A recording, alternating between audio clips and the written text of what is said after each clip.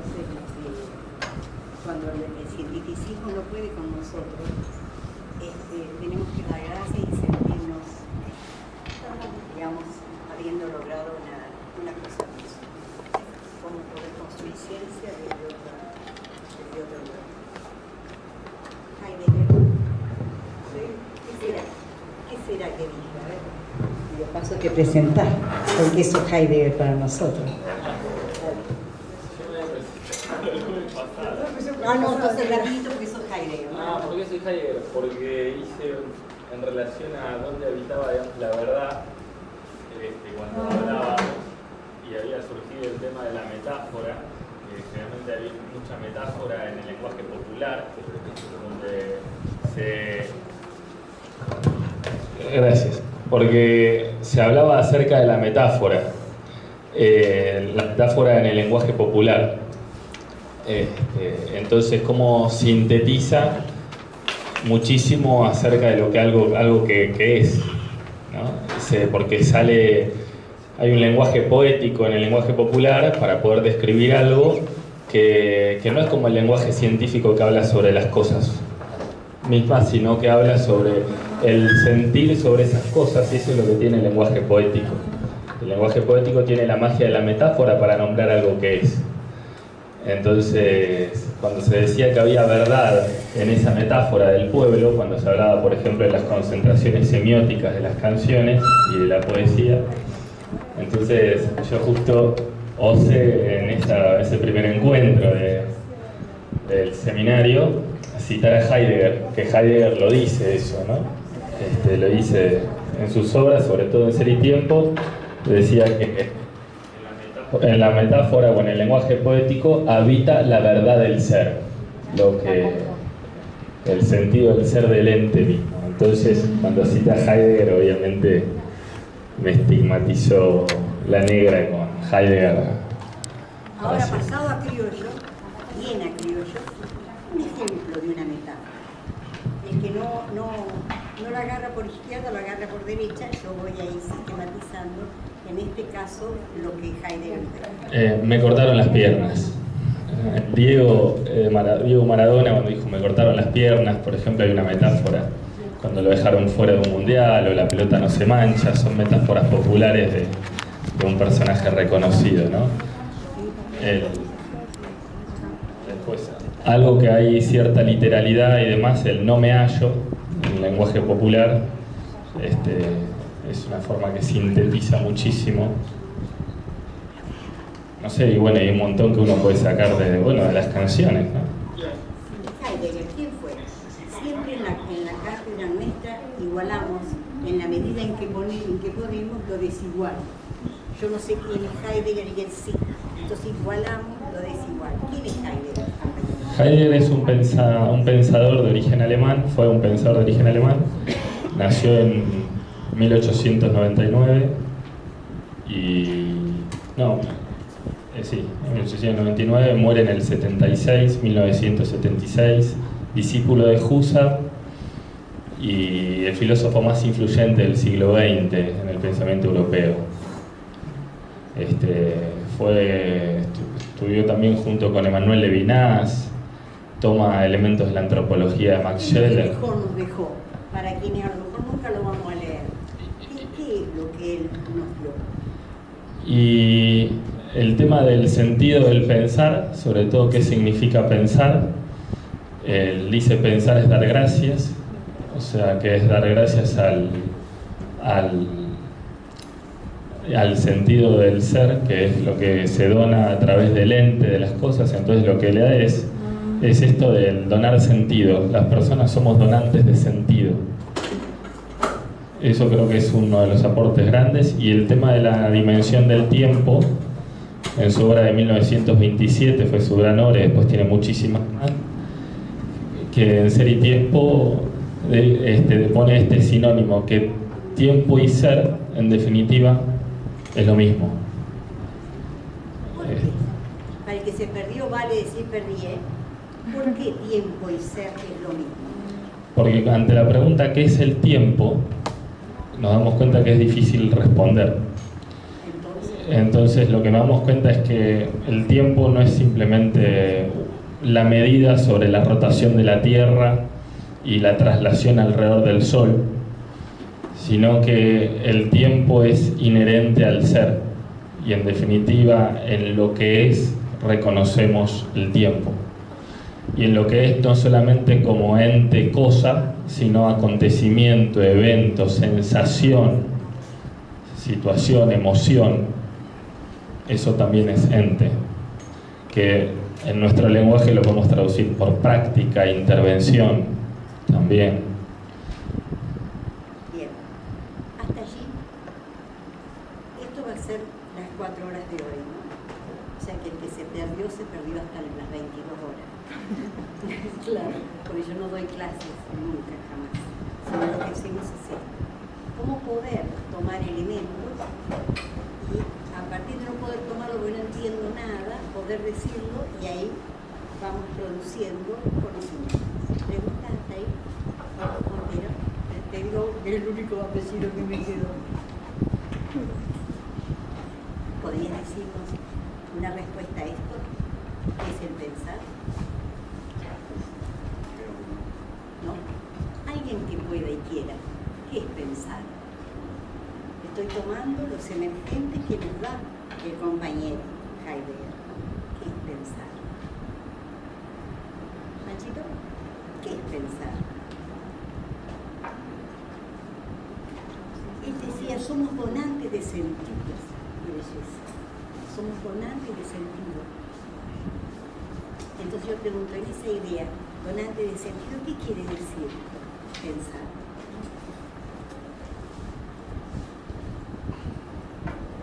No tengo idea, pero yo lo relaciono más con la reflexión a partir de, puede ser acontecimientos, situaciones, experiencias. Es como el proceso reflexivo frente a esos acontecimientos. Bien, eso estamos haciendo. En esa línea que dice Panchito es que estamos pensando. Y no nos quedamos solamente en reflexionar esa sensación, esa experiencia, sino que tratamos mientras reflexionamos, como si fuera mientras rumiamos, vamos atisbando conceptos. Aunque nos hagan medio torcidos, siendo enemigos de lo perfecto, vamos pudiendo dejar huella de esos conceptos. Porque venimos de la muerte de los 30.000 desaparecidos, yo soy sobreviviente de ese proceso, digo, no es menor poder dejar huella.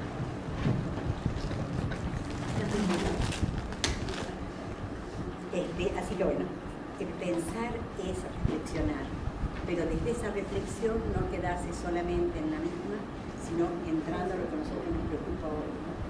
En un momento tan vital para América y para el mundo como el de hoy, nosotros no nos podemos quedar solamente reflexionando, solamente construyendo conocimiento, sino alterando la realidad que nos rodea. Entonces esta es la idea que vamos a desarrollar hoy, básicamente desde dos grandes cuestiones. Por una parte, ¿cuáles son nuestras certezas si las tenemos? Aunque sean 2 o 3, ¿de dónde agarrarse para que la intemperie no pueda con nosotros? Y segundo, ¿cómo es que se hace para desde allí sacar coordenadas? ¿Qué significa esa palabra coordenadas? Paula. Me acordé de la brújula, del libro. Para todos que no saben, ¿qué es un libro que construimos entre muchos compañeros, fruto de mucha experiencia que queríamos que quede sistematizada y que se convierta en coordenadas para otras prácticas. Un ejemplo de coordenadas vale no entender, y además no compartir, pero como es el tema de hoy, solamente eso, certeza coordenada. Si no se entiende lo que dijo la compañera o no se está de acuerdo, no se deja pasar. Un ejemplo de coordenada. Una puede ser descentrarse de uno, muchas veces, para pensar la práctica, y la otra es práctica, como siempre decimos, situada. A la vez que no. Pero, ¿por qué no? y porque muchas veces cuando pensamos en la necesidad de la generalización de las prácticas, hay momentos donde tenés que ver qué es esa misma práctica situada en otro lugar. Vale no entender, vale no entender. Ella dijo dos cosas claras. Una práctica situada. A ver, esto pasa en Villa del Parque, Santa Fe, Argentina, febrero 6, 7. Y ella dice, bueno, pero no alcanza con eso. De ahí yo tengo que focalizar y desfocalizar, territorializar y desterritorializar. Y dice, ¿para qué? Si con el foco alcanza y no. Si lo que debo generalizar, tomar el texto en el contexto total. Por ejemplo, desfocalizar y a la vez, esto es territorializar y a la vez desterritorializar para poder generalizar. Y ahí nace la estrategia.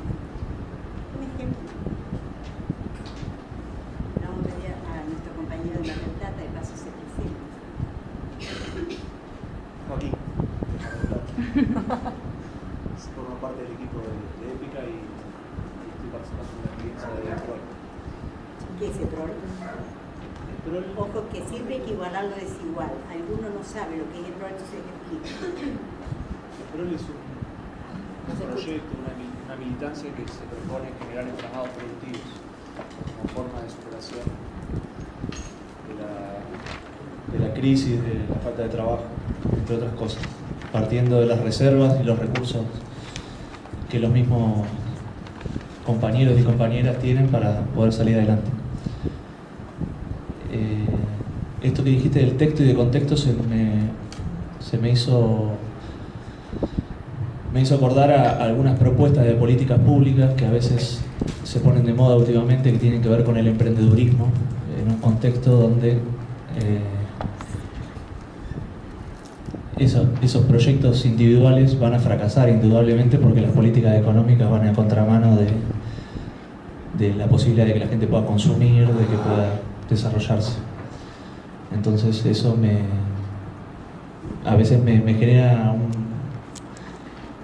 una gran bronca, contradicción, la cuestión de que se generen a veces propuestas individuales a problemas colectivos, donde la economía va para un lado, a la especulación, que va a la especulación financiera, que va al recorte, que va a un montón de situaciones negativas para nuestro pueblo, y que la propuesta sea en un texto cortito, que la gente salga adelante con voluntad, con un proyecto totalmente individual que va camino al fracaso, o con una salida totalmente individual. Entonces, él hace poco en Mar del Plata, 30 unidades productivas, cada uno con su grupo de productores, pero a su vez se descentra para poder entender que Mar del Plata no es el centro del universo, no es el centro del Prol, no es el centro de Argentina, no es el centro del... Entonces, eso es lo que intentó la compañera cambiar. Y dentro del método de sistematización de la práctica, es una de las bases. Lamentablemente estamos acostumbrados a usar el lenguaje grande, Yo le pedí a Martín que nos enseñara que había que buscar una tecnología popular.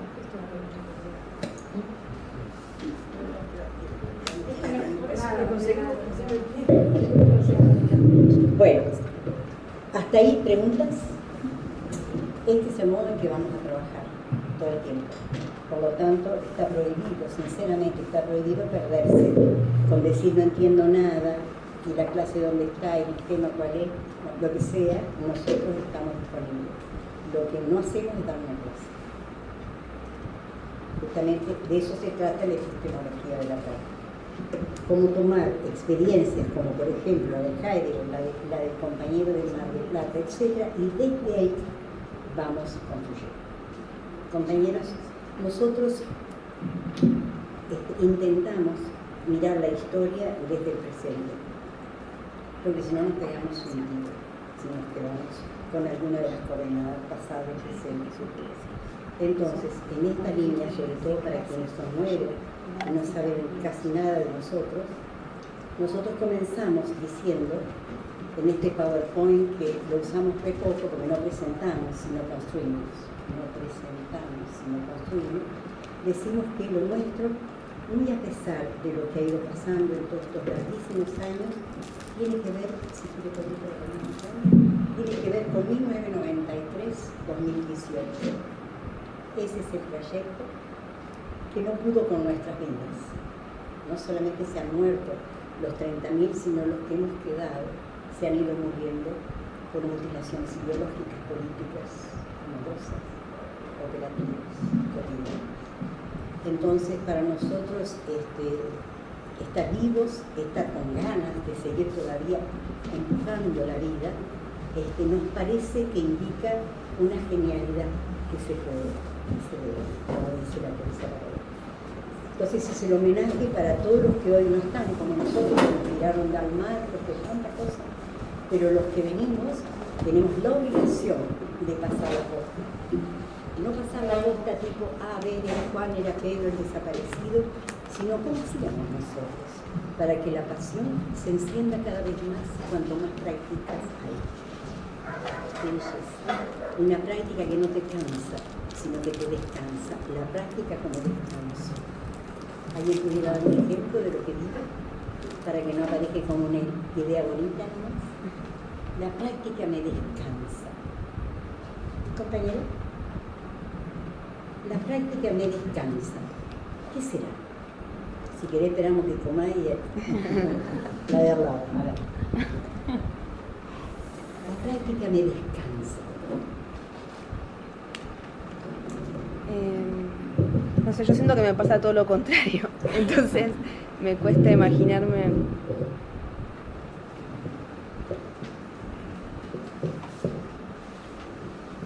Supongo que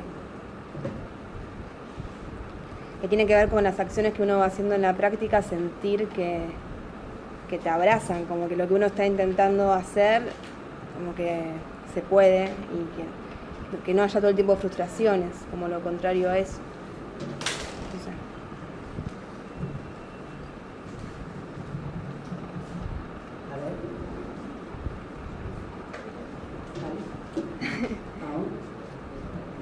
Ustedes me van siguiendo y la siguen a ella también, ¿no?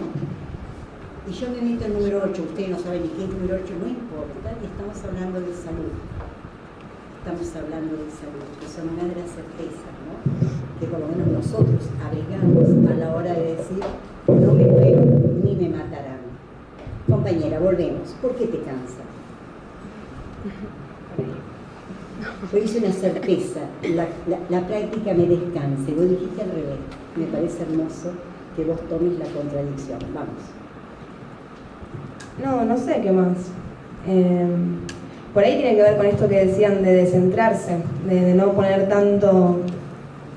A veces uno pone un montón en la práctica y no tenés tiempo para eso, para descentrarse y para ver cómo hacer cosas nuevas o llevarla distinto, no sé. Lo clave, lo clave. Si mi práctica es una calecita y encima con sortija y no la entiendo y no la comparto, no me gusta, esa práctica me mata la poca salud que tengo. En cambio, si la práctica, aún en tiempos difíciles como nos ha tocado a nosotros, que la propia no vida, uno va descubriendo el valor de esa no vida haciendo la vida, eso en vez de cansarte, te descansa. Entonces, la primera cuestión que yo dejo, por lo menos que es una experiencia muy profunda, pero que no responde a mí. Cuando hablo de esto no hablo de mí, sino de todos los que hoy no están vivos, pero que pertenecíamos a esta cuestión tan profunda. Yo siempre cuento que la Virginia, uno de los 6 hijos, ella nació y prácticamente vivió todo el tiempo en el rectorado de la Universidad del Litoral, porque nosotros fuimos gobierno de Cámpora y nos tocó gobernar esa universidad hasta que vinieron los militares. Y ella vivió, en vez de vivir en el Moisés con alguien que la cuidara, vivía en el sofá del rectorado. Y parece una tontera la que estoy diciendo, esa era nuestra generación. Esta mañana vivimos con los compañeros en varios ministerios de esta ciudad. Y no, y se fue a las 8, y no, y se va de vacación, y no vuelve. Tenía que venir a las 9 y no vino.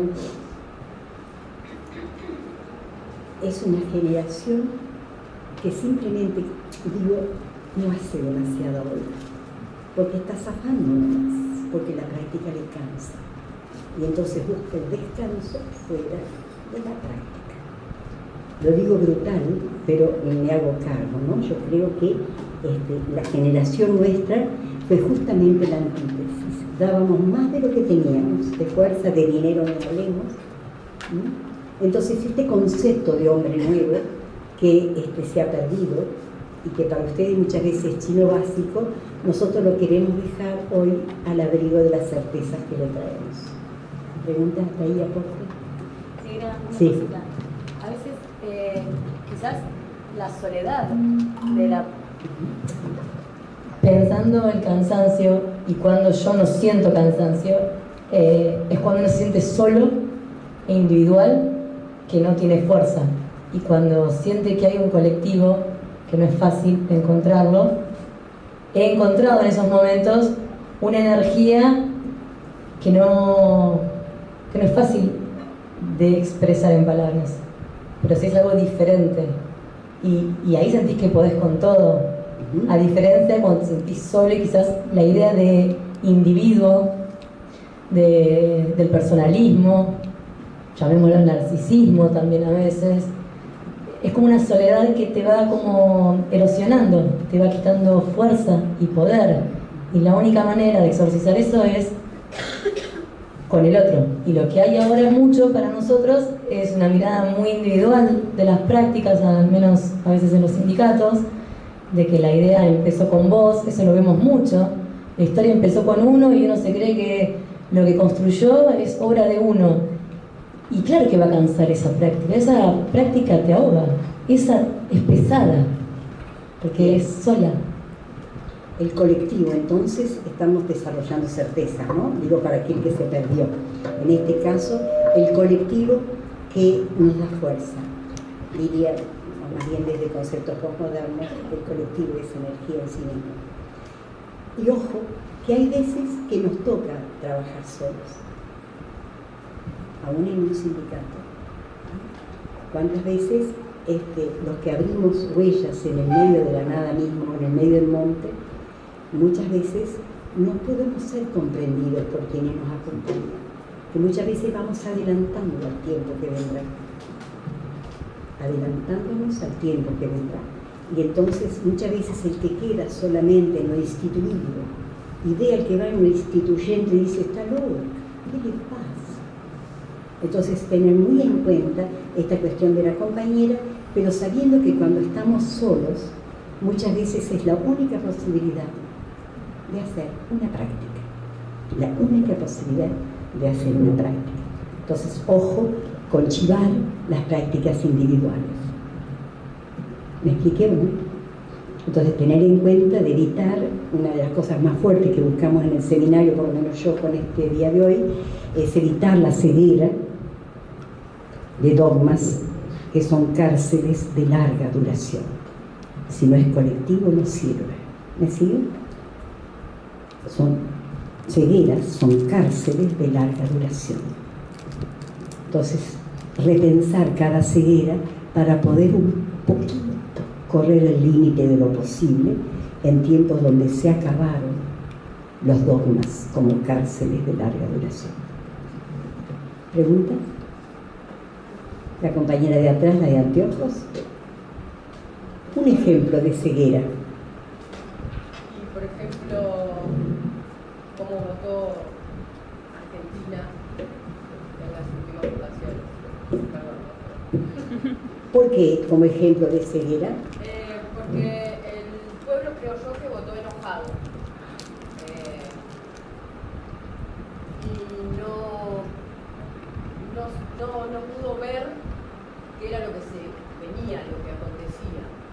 Que no solamente iban a ser afectados como llaman el negro, el planero, sino que iban a ser afectados todos con respecto a la economía.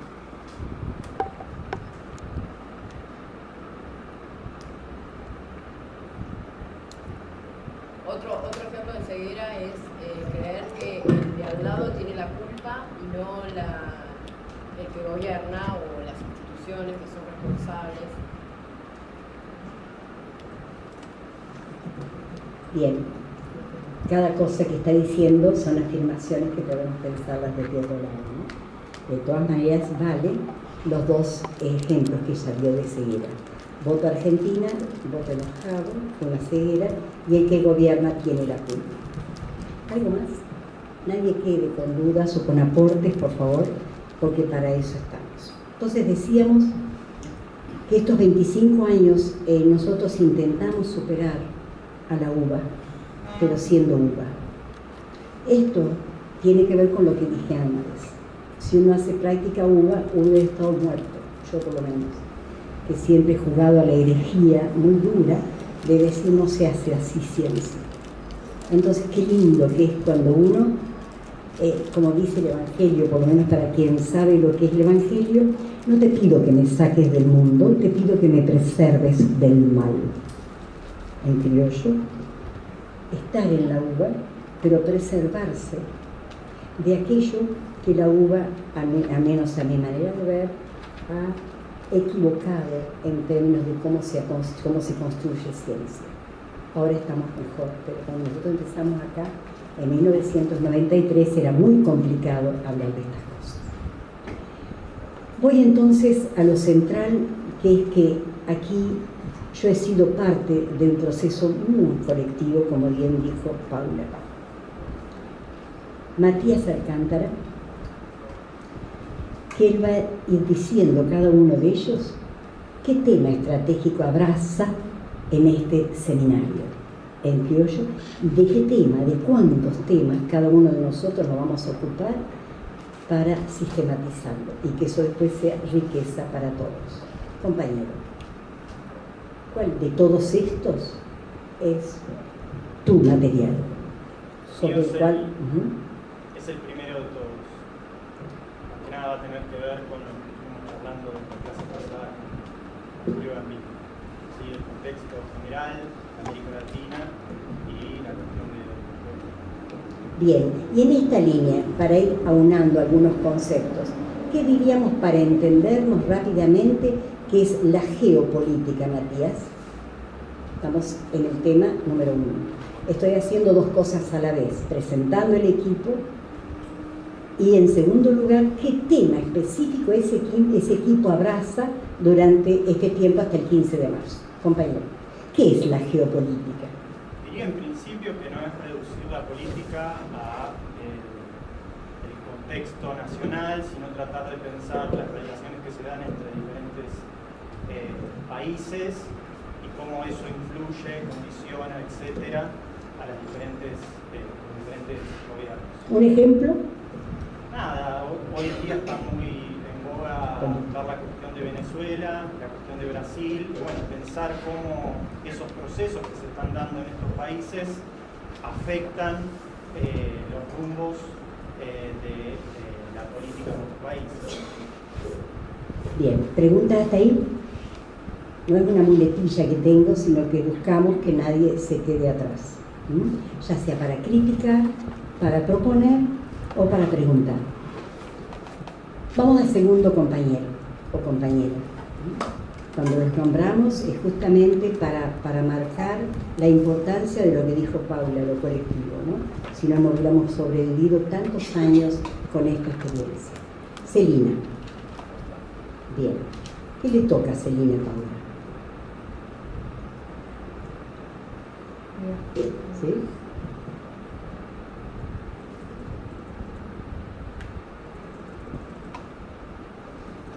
Celina está a cargo del tema salud, poder de vida, reservas, recursos, resistencia, resiliencia. Todas estas cuestiones no van a ser trabajadas una después de otra, sino que todo el tiempo las vamos a alimentar juntos. Hoy hemos trabajado ya elementos que tienen que ver con eso, coordenada, con esa certeza acerca de la salud práctica como descanso. Seguimos entonces con el grupo. Tenemos un tercera compañero, que es Martín Cajiles. Martín. Yo estoy con el tema que aparece ahí, porque así lo veo todo entero. Por supuesto que cuando estamos contando todo esto no es para contar el cuento, sino para pedirle a cada uno lo que necesitan sobre ese tema. Bueno, es el que aparece ahí de generalización. Y en realidad este tema respecto de los otros que aparecen de alguna manera es un poco diferente, porque va a ser un trabajo que se va a estar haciendo no solamente de acopio, sino un trabajo de sistematización en vivo, digamos, durante las clases. Específicamente no entro ahora con eso, pero sí respecto a lo que es generalizar las prácticas, es hacer una suerte de confrontación de las diferentes prácticas que van a estar presentes, las 93 prácticas que van a estar presentes en el seminario, para ir de alguna manera construyendo conceptos comunes, digamos, entre esas prácticas. Eso se va a hacer a partir de ciertos dispositivos e instrumentos, que yo tengo acá la computadora porque tengo los instrumentos en mi pantalla para ir haciendo el trabajo a medida que va desarrollándose la clase. Y hasta ahí, para no avanzar un poco más con esto, que hay más información, pero la dejamos para después. Bien. Panchito. A mí me toca el tema de matriz productiva alternativa. Y bueno, sí, entramado productivo, producción, arte. ¿Cuál es la diferencia entre lo alternativo y lo alternativo, Panchito? Estamos preguntando para unar los que no sabemos. Lo alternativo puede coexistir y convivir y sobrevivir en el sistema dominante, en el sistema capitalista, y lo alternativo de alguna forma o se sustenta en paralelo o lo combate, digamos. Ahí cabrían las dos acepciones, digamos, pero busca una forma que anule al sistema de producción capitalista. Un ejemplo, para el que se perdió, insisto, pregunta. Un ejemplo de lo alternativo y lo alternativo. De lo alternativo puede ser, no sé, una cooperativa, por ejemplo, de hecho es una figura legal dentro del sistema capitalista y puede sobrevivir y de hecho, se puede amoldar al sistema. Digo, Sancor o el Banco Creditop son cooperativas. Y algo alternativo podría ser la gestión bajo control obrero, por ejemplo. Lo que no garantiza la supervivencia, digamos. El debate es complejo, pero rompe la lógica del capital hacia adentro del espacio de trabajo en este caso. Los compañeros que vienen del sindicato, ¿qué opinan de esto?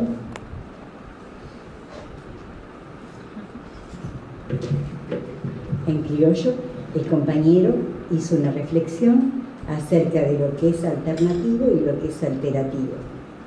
Puso dos ejemplos, Sanco, y puso, lo alternativo el control obrero, porque rompe la lógica del capitalismo.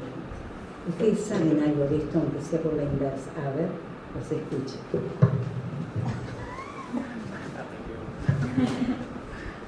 ¿Qué será?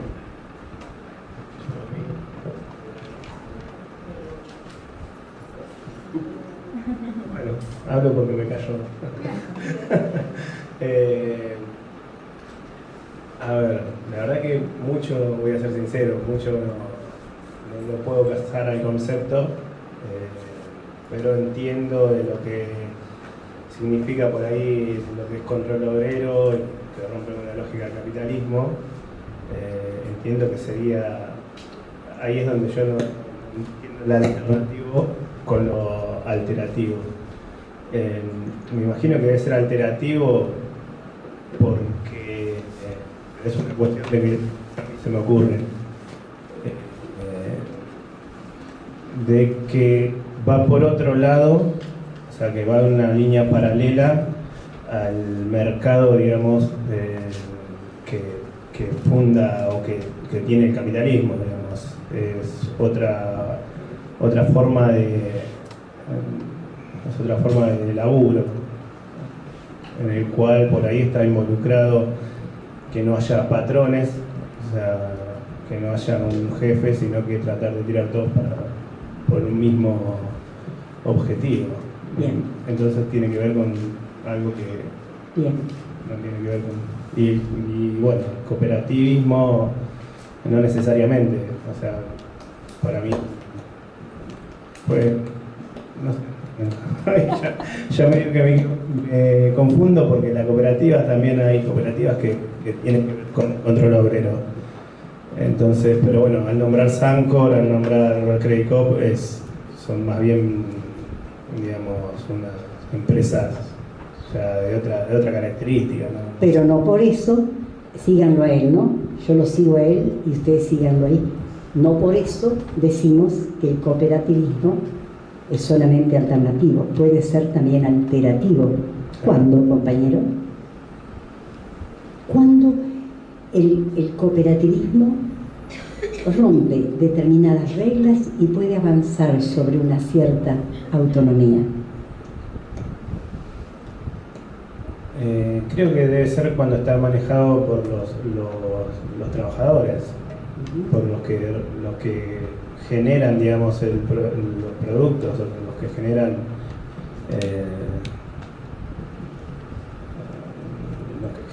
Bien. Que no quita lo que dijo el Panchito antes, que se logre que salga bien todo, ¿no es cierto? No siempre lo alterativo es posible. Y ahí juega todo el tema contexto, etc. Paro aquí un ratito y me permito presentar a la compañera. Aquí atrás. Hola. Explica quién sos y por qué te presento. A ver, alternativa, a ver, vamos a ver. Era alternativo quedarme escuchando. No, bueno, los saludo a todos.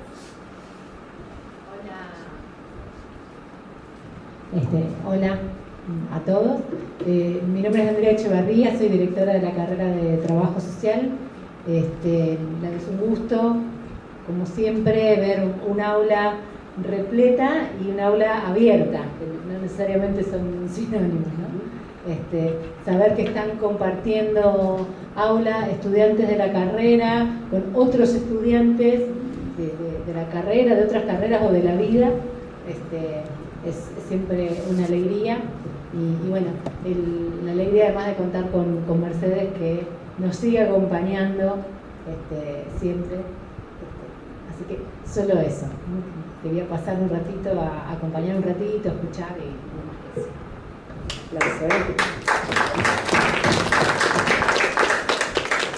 El aplauso no porque esté linda, sino porque en verdad cuando uno hace aula abierta, pero a la vez hay aperturas al aula, entonces, bueno, pues sabemos que hubo muchos años difíciles para esto en la universidad, y entonces se agradecen los cambios que hagan posible algunas alteraciones. Vamos a poner una música que de alguna manera vaya explicando el valor que tiene para nosotros lo epistemofílico. Y lo pongo sin haber cerrado el equipo, pero vale a la hora de lo que dije antes respecto de una universidad que se ha abierto para lo nuestro. Enrique Llopis, León Gieco. Rápidamente explica Paula por qué la música es parte de nuestra pedagogía de la práctica. Bueno, nosotros usamos mucho la música como dispositivo y siempre decimos no usamos la música como...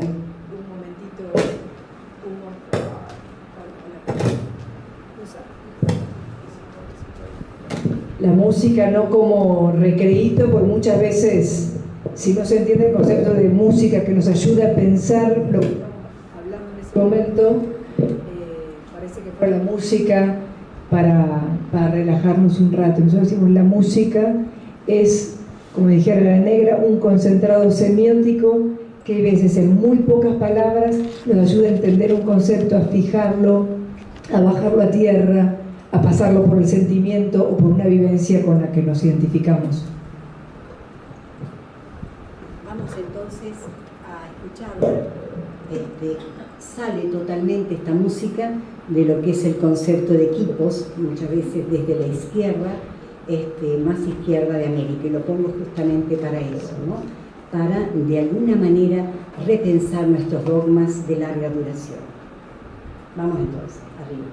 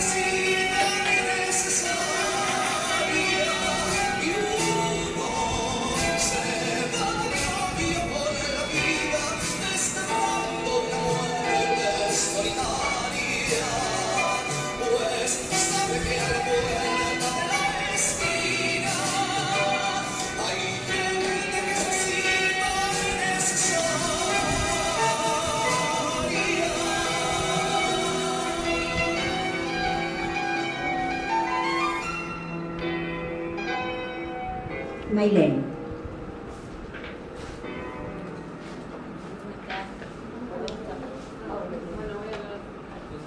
¿Cuál es tu tema, Maylene?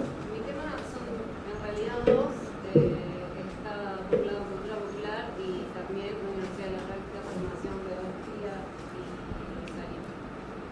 y La cultura popular para nosotros, por eso la miraba la compañera cuando decía la ceguera, fue que la gente por bronca votó mal.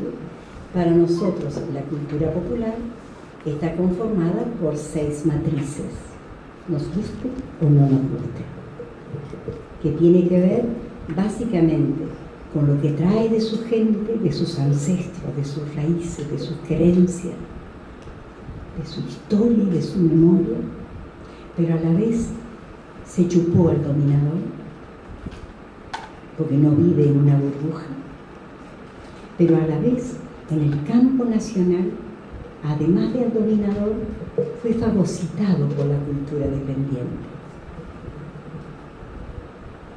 Pero a la vez, por el voto cuota, por decirlo en criollo, vota aparentemente mal. Subalternidad popular que reedita la cultura dependiente en el campo nacional y a la vez la cultura dominante en el campo internacional. Hasta ahí nos pegaríamos un tiro, porque la ancestralidad sola no alcanza. Y decimos, hay un otro componente que es la resistencia. Por acá no pasarán, A lo mejor no cambio el mundo, pero por acá no pasarán. Por esta mi familia, ponele, no pasarán. Pero a la vez hay un último componente que nos produce alegría en el medio de tanta muerte, que es aquellos que no solamente están resistiendo, sino que están liberando, se liberando. Entonces esos son los 6 componentes que tiene esta cultura que nombraba Maylene. Y ahora le pregunto a Maylene, ¿cómo será el otro tema que te toca? ¿De qué se trata? Porque estoy tratando de ubicar un poquitito los temas estratégicos para que la gente no solamente ubique tu cara, sino lo que te puede pedir. Es epistemología, es pedagogía de la práctica, son las formas de conocer y de sistematizar las cosas que nos van pasando. Todo esto que hacemos es un poco pedagogía de la práctica, es sistematización.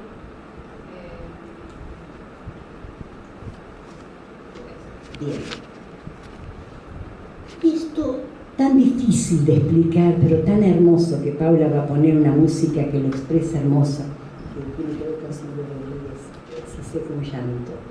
¿Qué quiere decir esa palabra epistemofilia que ahí está? Epistemología tiene que ver no solamente con conocer por ahí desde lo racional, que sería la epistemología, la forma de estudiar que conocemos, por ejemplo, en la facultad, en la primaria muchas veces. Bueno, también en esos espacios conocemos de la epistemofilia, la forma de conocer, pero desde otros lugares, digamos. No solamente desde lo racional, desde pensar las cosas, analizarlas y demás, sino cómo se quedan grabados experiencias, recuerdos, síntesis que hayamos hecho o conclusiones a las que hayamos llegado por cómo nos pasa por la piel, digamos. Un ejemplo tuyo de tu vida acerca de lo que acabas de decir. Un ejemplo de mi vida. Porque de eso sabés, a lo mejor de la mía no sabés, pero de la tuya sí. No, bueno, para mí tiene mucho que ver con como la infancia, las cosas. Yo, por ejemplo, mi abuelo es albañil, hizo un montón de cosas de paredes y cosas que no usé nunca en la vida, pero me las acuerdo un montón porque me las contaba él. Por ahí, racionalmente, no es un conocimiento que a mí me sirva y digo, bueno, voy a atesorar porque todas las semanas tengo que hacer paredes, sino que, bueno, me las acuerdo porque pasaron desde ese lugar.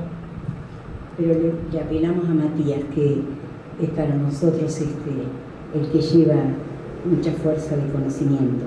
Entonces, ¿será que, de acuerdo a Maylene, lo epistemofílico es solamente un recuerdo de mi abuelo tal cosa? No, tal como... ¿Qué relación tiene con lo epistemológico? No, tal como nosotros lo pensamos, la frase de cabecera para entenderlo es que lo epistemofílico habilita lo epistemológico, es decir, un contexto nos interpela, se hace cuerpo en nosotros y desde ahí producimos conocimiento de manera racional. Pero en primera instancia siempre está la forma de relacionarnos con eso que estamos tratando de conocer, que parte de vínculos, de sentimientos, eso que podemos decir en ciertos aspectos la academia trata de dejar de lado, porque se centra nada más en las cuestiones racionales, lógicas, etc. Es una mirada. ¿Listo? Vamos a Silvio Rodríguez para cerrar ese concepto que hizo Maylene y que hizo Matías. ¿Sí? Lo epistemofílico habilita lo epistemológico. Si no está, quiere decir que es difícil que lo epistemológico exista. Por eso es una palabra muy fuerte, habilitar. Vamos a Silvio Rodríguez como ejemplo de lo que han antes hablado los compañeros.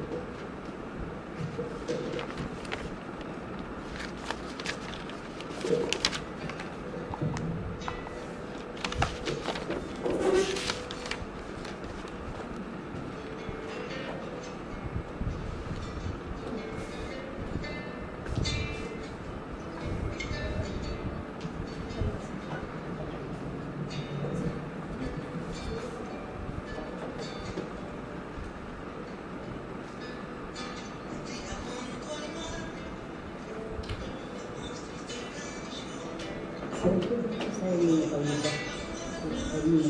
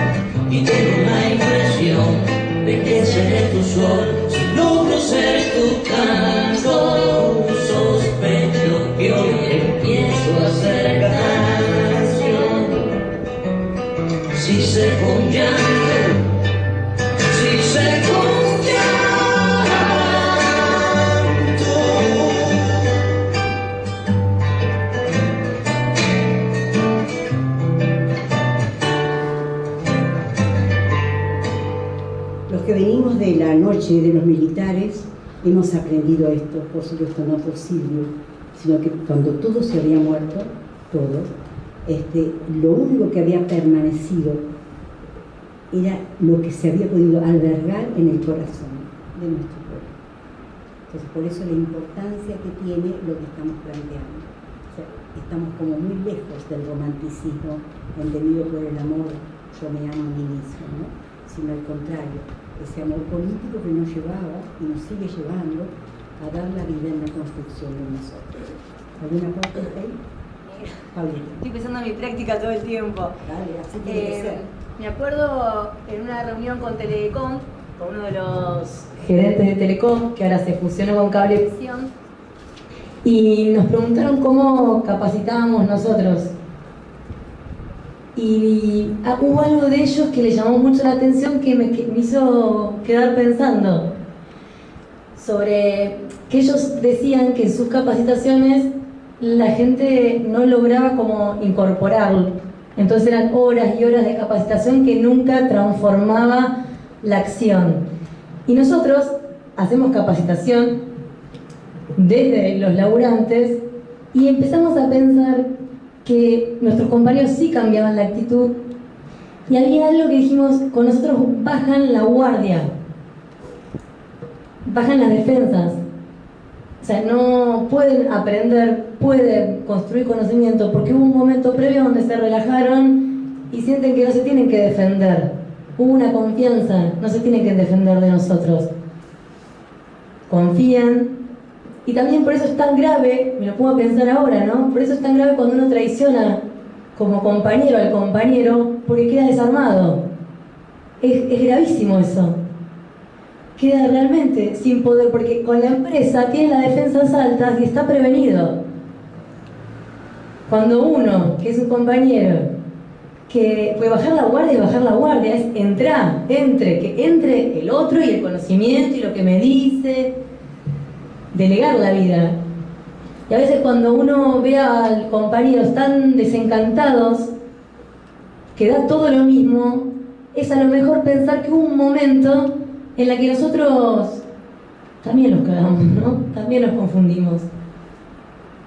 Y se perdió esa confianza y quedaron como en un momento grave, porque no lo esperaba. Vos eras mi par, mi compañero. Éramos campo popular y dejaste de ser por un momento.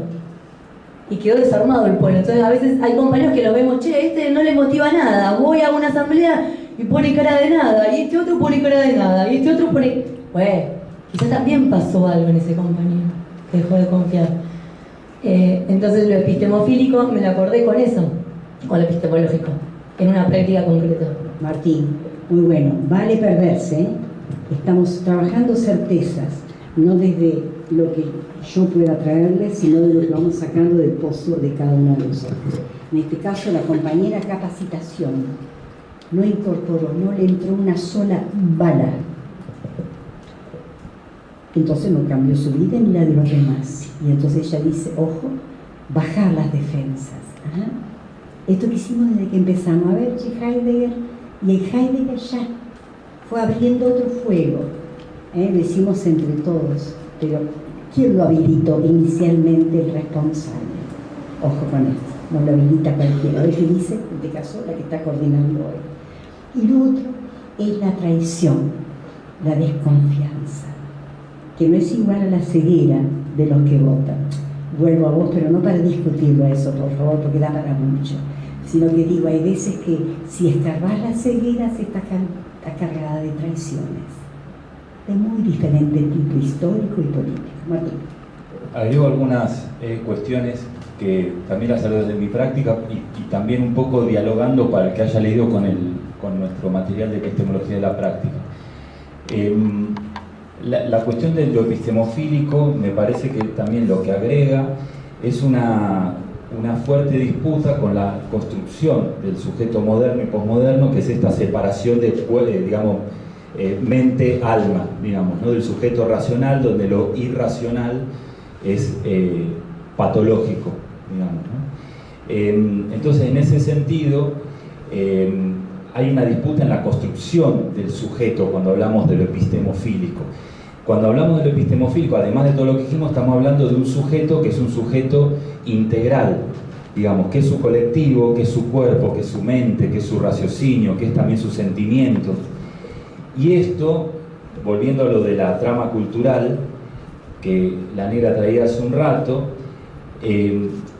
hoy día aparece dentro de todo un campo que es el campo del pensamiento decolonial como forma de construir conocimientos liberadoras, ¿no? Matriz de liberación, pero que no es algo inventado ahora, sino que aparece en la matriz ancestral, porque nuestros pueblos aborígenes tienen una idea de integralidad que inclusive va mucho más allá, porque es ser uno con la tierra también, que es la geocultura.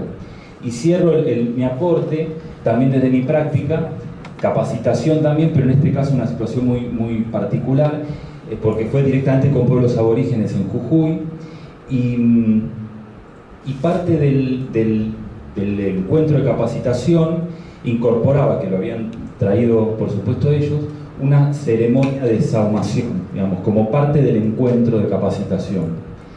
Y en un momento, y con esto cierro, había un muchacho de una comunidad que decía que lo importante era transmitirle el valor a sus hijos, ¿no? Entonces nosotros le preguntamos cuál era no lo preguntamos así, pero cómo era la metodología de transmisión de sus valores. Y él dijo así, nos miró con cara rara y dijo, me lo llevo a barrer conmigo el corral. Punto. Digo esto porque la transmisión de conocimiento que implica un proceso epistemológico, para él era con cara, no, va a barrer conmigo el corral, punto. Ahí se construye el conocimiento, en ese hacer que quizás no tiene palabras, pero tiene acciones. ¿Preguntas hasta allí, Heidegger? Hasta la muerte, vámonos. Un poquito con el tema de lo epistemofílico también. ¿Sí? Yo pensaba en tres cuestiones fundamentales.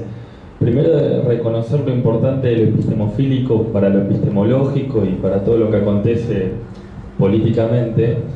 Tiene que ver con la visceralidad de la acción. Por ejemplo, cuando hablamos del voto o cuando una persona desde los grupos, desde las redes sociales o nuestros familiares cuando están viendo un programa de televisión y ciertos personajes los pueden escuchar o no, o ciertas personas nombran a un personaje político que genera eso en la persona y a partir de ahí si hay apertura o no a la escucha y al pensar, ¿no? Eso en relación a lo importante que es reconocer lo epistemofílico como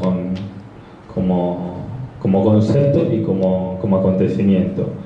Lo segundo, pensaba en Leonardo Boff cuando decía que si no sentimos el problema no hacemos nada por transformarlo, y yo veía que lo importante es la territorialidad para poder sentir, ¿no? El sentir con los otros para poder pensar en serio para dar cuenta, dar respuesta política.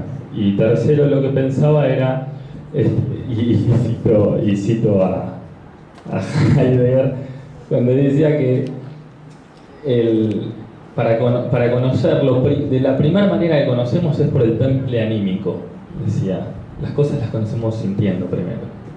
Entonces decía, siempre, todo lugar